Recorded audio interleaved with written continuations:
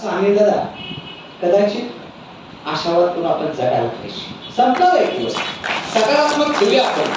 तर आता लोकांना काय लागले की दगड निसटलाय, दगड निसटलाय. त्या दगडाच्या खाली श्रीमंत गरीब भेदभाव नसणार आहे. इथं कोण मोठा आहे आणि कोण गरीब आहे भेदभाव नसणार आहे. कुणाची किती संपत्ती आहे भेदभाव नसणार आहे. सगळी चिरडली चालण्याची जाणीव आता लोकांना आली. तुम्हाला काय वाटलं धार्मिक स्थळांना आम्ही दान द्यायला लागलो लय पुण्य करतोय म्हणून लाज वाटली पाहिजे. अरे धार्मिक स्थळांना तुम्ही दान करा मान्य आहे. माझा पण धर्मावरती विश्वास आहे, देवावरती विश्वास आहे, मानवता हा माझा मोठा धर्म आहे, या धर्मावरती माझा विश्वास आहे.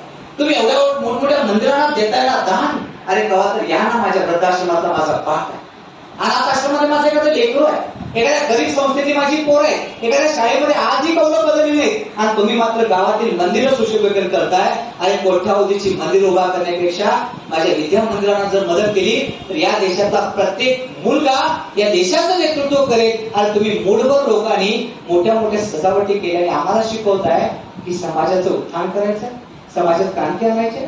ताई मला सांगा आज आम्ही कुठली क्रांती आणू शकतो? जेव्हा विनोदाचा भाग घ्यायचा म्हटला तर भारताचे पंतप्रधान, अमेरिकेचे पंतप्रधान आणि दक्षिण कोरियाचे पंतप्रधान इंद्रदेवाकडे येते. काय सांगायला? देवा आमच्या देशातला एका भ्रष्टाचार संपतो. तिथेही गेली वेटिंग असेल की देवाचं, तुम्हाला भेटायला कधी वेटिंग लागत नसेल, एका फोनवर प्रॉब्लेम सॉल्व्ह होत असेल तुमचा. जेव्हा 3 देशाचे पंतप्रधान इंद्रदेवाला भेटायला गेले, इंद्रदेवासमोर अनेक देशाचे पंतप्रधान कदाचित असतील, त्यांनी सांगितले की जरा थांबा, आता 4 वाजता आले, 4:30 तुमची अपॉइंटमेंट घेतो. पण अमेरिकेच्या लोकांना वेळ नसताना फार गडबड आहे, ती प्रत्येक वेळ आणि वेळ वाचवतो. आमच्याकडे तसं नाही, आमच्याकडचं वेळ सांगण्याची गरज नाही. मला वाटतंय उत्तम दादा 1च्या अगोदर 12 पासून नियोजन आहे. आमच्या लोकांचं आहे चाललंय आपण येऊया की आता शेवटी आपलंच आहे असं चाललंय. अमेरिकेचे पंतप्रधान गडबड करत होते, काय नाही माझ्या अपॉइंटमेंट आहे, लवकर घ्या लवकर घ्या. कोरियाचे म्हणजे मला पण लवकर घ्या, मला जायचं देशातली बरीच काम आहे. आमचे पंतप्रधान म्हणजे काय काळजी करू नका, मी निवांत जातो, माझं काय एवढं अडलेलं नाही, सगळं सुखानं चालू. गडबड अमेरिकेचे पंतप्रधान आत गेले, काय समाज झाला कुणास. अमेरिकेचे पंतप्रधान बाहेर आले, अक्षरशः रडायला लागले. का रडताय विचारलं दोघांनी, ते म्हणजे नंतर सांगतो का रडतोय ते, पण कारण तर सांगा. अरे बाबा काय सांगू म्हणला कारण. मी आज गेलो ट्रम्प साहेब होते, आज गेलो तिथे विचारलं इंद्रदेवाला की बाबा माझ्या अमेरिकेला भ्रष्टाचार कधी संपुष्ट देणार. इंद्रदेव बोलून गेले की काय काळजी करू नका, आता हे 25 साल चालू आहे, 75ला तुमच्या अमेरिकेतला सगळा भ्रष्टाचार नष्ट होईल, काळजी करू नका. मग ते म्हणजे कारण काय.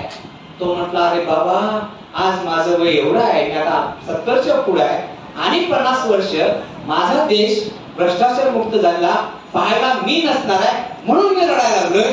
दोघांनी आश्चर्याचा धक्का बसला. कोरियाचे पंतप्रधान गेले, ते आतून बाहेर आले, ते मोठ्याने रडायला लागले. दोघांनी विचारलं का रडताय. ते म्हणाले काय सांगू बाबा, आम्हाला सांगितलंय देवानं आणि 60 वर्ष लागली तुझ्या देशातला भ्रष्टाचार सांगताय. तोही रडत होता. आमचे पंतप्रधान आत गेले, त्यांनी काय झालं कुणास ठाऊक, ते बाहेर आले, ते मात्र हसायला लागले. दोघं खुश. ते म्हणजे असं काय हो तुम्ही कसं हसताय. ते म्हणजे तसं नाही, आज गेलो देवाला विचारलं माझ्या देशातला भ्रष्टाचार कधी संपणार, काय सांगू. देवच रडायला लागला. तो म्हणला मी तर हयात असणार का नाही कुणास ठाऊक, त्यामुळे माझ्या देशाचा भ्रष्टाचार कधी संपणार आहे हे माझ्या समोरचं फार मोठं आव्हान आहे. आज खरं सांगत आहे खरंय का खोटं आहे. आम्ही ज्या गोष्टी संपवायला चाललोय ते सोपं आहे. जेवढे लोक पुढारी तिथं असतील पुढारी, मी त्याच्यावरती म्हणजे वेगळ्या पद्धतीने बोलत नाही. उत्तम दादा तुम्हाला की पुढाऱ्यांच्या होता, पुढाऱ्याच्या पोराला वाटते की मी पुढारी बरोबर ना. डॉक्टर्स पोरं काय होते, डॉक्टर का सगळं तयार आहे, गेला दवाखान्यात. आमच्याकडे दवाखान्याचे नाव लय फार आहे, रेकॉर्डिंग नको भीती वाटते.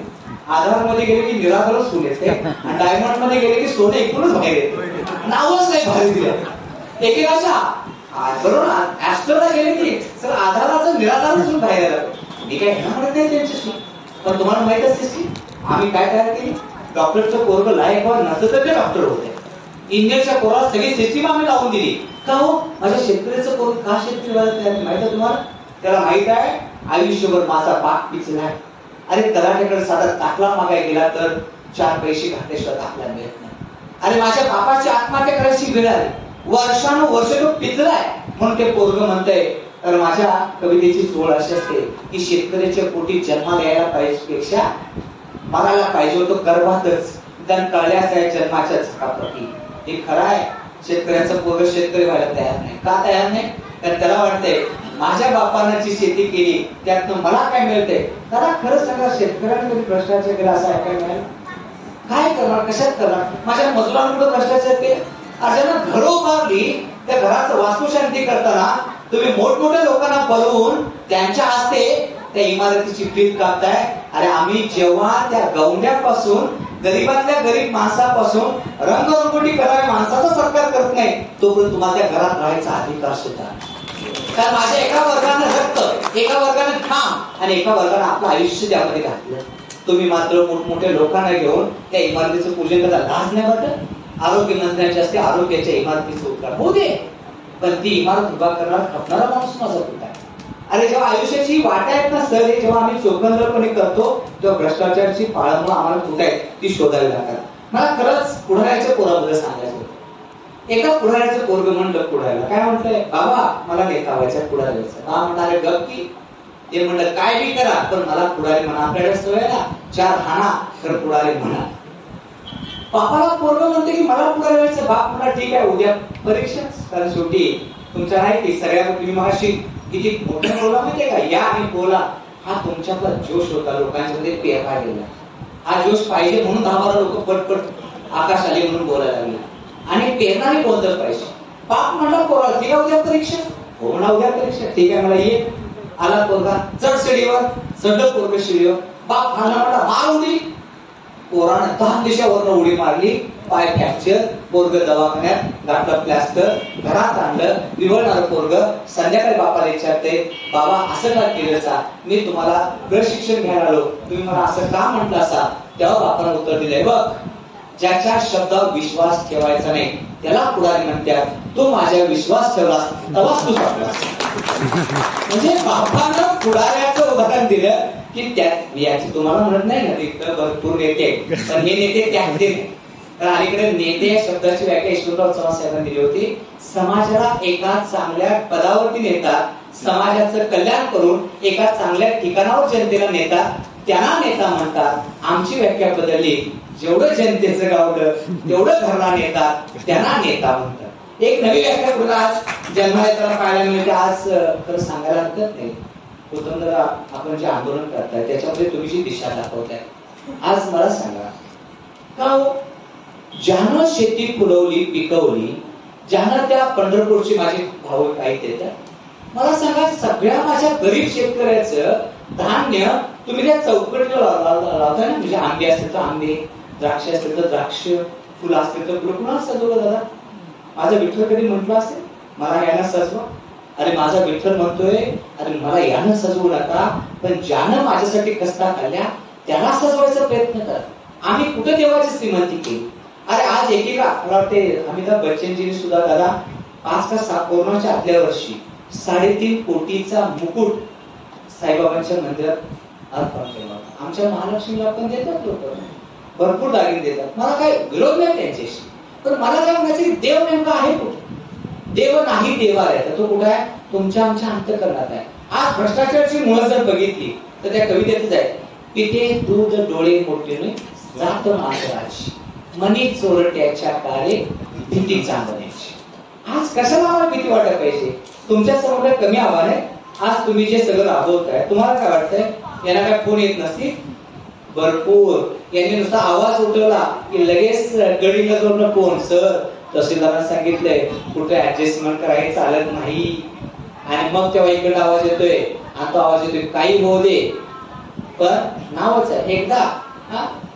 अमिताभ बच्चनजींच वाक्य ना की हाथों की 5 उंगलियां एक हो जाए तो बनते मोठी, आणि ही मोठीची तुम्ही बांधली ना ती फार महत्वाची आहे. आज मला एक सांगता एक गोष्ट राहून गेली मगाशी, की जेव्हा विश्वास निर्माण केला आम्ही आमच्यामध्ये, राजकारणाचे का नाही केलं? आज सर्वकडे राधाकृष्णांचे वाक्य होतं. काय होतं माहिती आहे? मला माझ्या देशाला काय द्यायचं आहे? तर त्यांचं असं वाक्य होतं, नीतिमान आणि चिकित्सक, अध्यात्म प्रवण आणि विज्ञाननिष्ठ माणूस तयार करायचा. 4 वाक्य कळले? काय करायचं मला? चिकित्सक करायचा, विज्ञाननिष्ठ करायचा, आध्यात्मिक करायचा आणि नीतिमान करायचा. नीतिमान या शब्दाचा अर्थ भ्रष्टाचार या व्यक्तीचे असते आहे की नाही? आज दादा कुठल्या पदावर कोण आहे? बाबा जाऊन अभ्यास करा. आम्हाला पद मिळाला त्या पदाचा उपयोग काय करा? मला सांगा कोण आहे तुम्ही माणसं जी भ्रष्टाचार करतात ती कोण आहे? दादा कोण आहे? आमच्यातलीच ना, काबाड कष्ट करणाऱ्याच माणसाची पोर आहेत ना. मग तिथे गेलं त्यांची नीती का बदलते? तिथे गेलं त्यांची विचारसरणी का बदलते? इथं असताना मी असं म्हणतोय, पण तिथे गेलं अशी विचारसरणी का बदलते? त्याचं मागचं कारण आहे आम्हाला लोभ आहे. कशाचा लोभ आहे?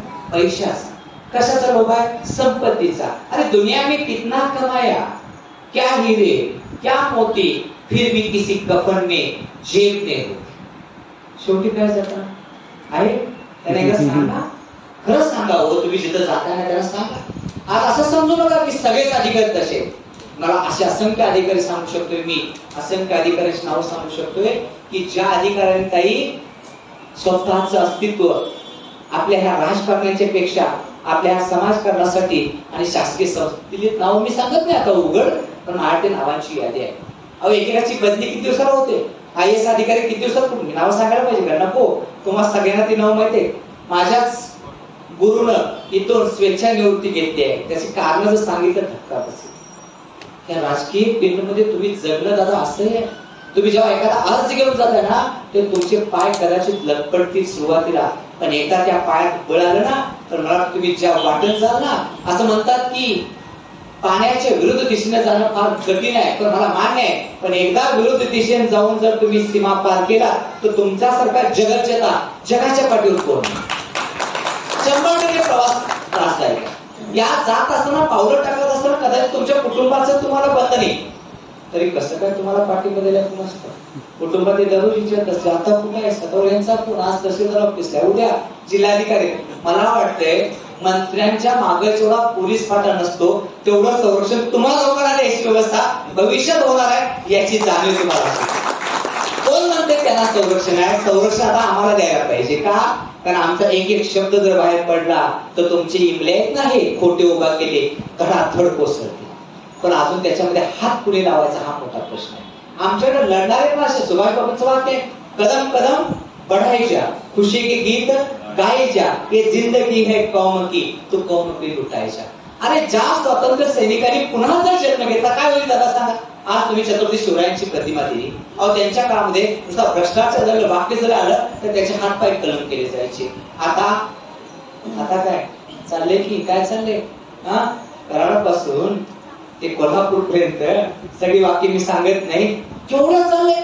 पुढाऱ्यांची कार्टी रस्त्यावर झोपलेल्या माणसांना उडवतात आणि दुसऱ्या दिवशी सही सलामत बाहेर येतात. आणि आमच्या पोरानं नुसतं कुणावर तर डोळे वटारले तर त्याला आत कचेरीत टाकलं जातं. ही न्याय व्यवस्था?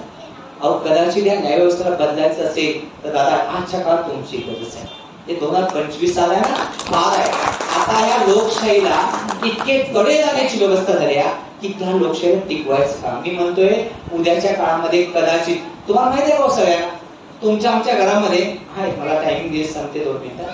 तुमच्या आमच्या घरामध्ये आम्ही जेव्हा जातो तेव्हा आमच्या देवघरामध्ये टाक आहेत, म्हणजे तुम्हाला टाक सर आहेत ना, तुम्हाला माहिती आहे का?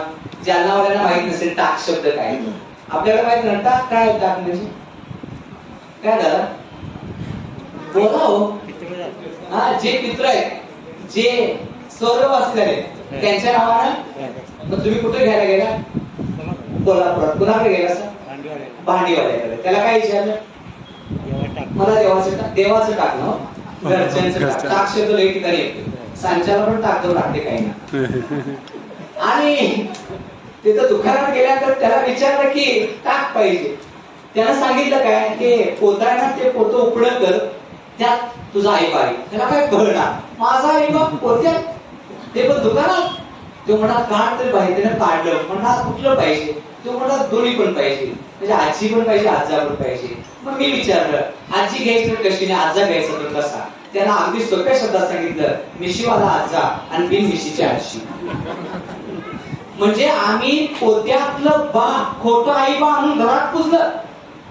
आणि देवा धर्मासारखी काम करणारी ही माणसं जर आम्ही हृदयात सांभाळणार नाही तर उद्या जग तुम्हाला माफ करणार. आज मला सांगा कुणाचे कुठं आमच्याकडे आज कुणाचा तुम्ही स्टेटस लावताय? काय आज तुमच्या घरामध्ये जाता तर मी कौटुंबिक तुम्हाला संदेश देतोय, घरी गेला आनंदात राहावा. नुसतं भ्रष्टाचाराचं ते आंदोलन, ती जिद्द, तो संघर्ष, ती भाषण, तिथं केलेलं मनोदय, तिथं केलेला सगळे विचार घेऊन एवढं घरात लगेच जाऊ नका. दादा उत्तम दादा, आता तुमच्यापासून मी घरात मी निघालो. तुम्ही त्यांना असं काही तयार केले ना, लढेंगे, शब्द आहे ना, बचेंगे तो और भी लढेंगे, पण लढून झाल्यानंतर घरला जातात. तुम्ही काय हो, ताई घरात गेल्यावर स्वयंपाक करायलाच पाहिजे का ते करून ठेवतात आणि त्यांनी स्वयंपाक केला आम्ही खाल्ला तर जगण्याची गॅरंटी ते एक बार आहे तुमच्याकडे. जर आम्ही घरी गेलो तर एक काम करा, घरी गेलो जरा चेहरा हसरा ठेवा, नाहीतर तुम्ही दिवसभर मोर्चा तहसीलदारासमोर तुमचा चेहरा तो असा रागावलेला. जर माझी वर्षात दुर्गा अवतारात आली तर माझा तो घर सोडून जाण्याची शक्यता.